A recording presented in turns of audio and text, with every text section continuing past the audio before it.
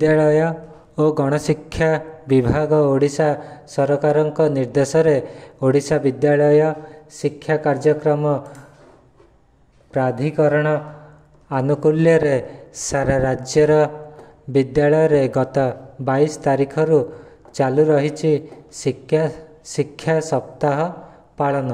ए अवसर रे शिक्षण सामग्री दिवस, मौलिक भाषा और संख्या ज्ञान दिवस, क्रीड़ा दिवस, सांस्कृतिक दिवस, दक्षता और डिजिटल प्रोत्साहन दिवस, इको क्लब तथा पोषण दिवस एवं गोष्ठी संपृक्ति दिवस पालन कराजिबा पई निर्देशनामा रही।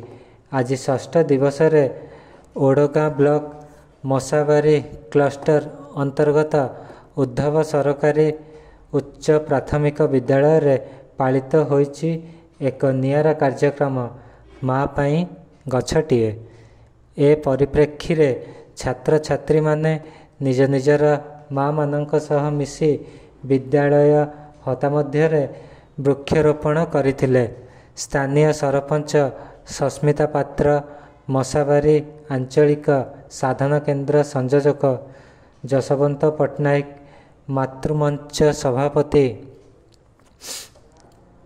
प्रमोदिनी साहू, विद्यालय परिचालना कमिटी सभापति पूर्णचंद्र दास, हस्तकला प्रशिक्षिका सस्मिता पाणिग्राही और कला शिक्षक एकलव्य दास प्रमुख अतिथि भावे उपस्थित रही चारा रोपण करने सह छात्र छात्री माननकु उत्साहित करथिले।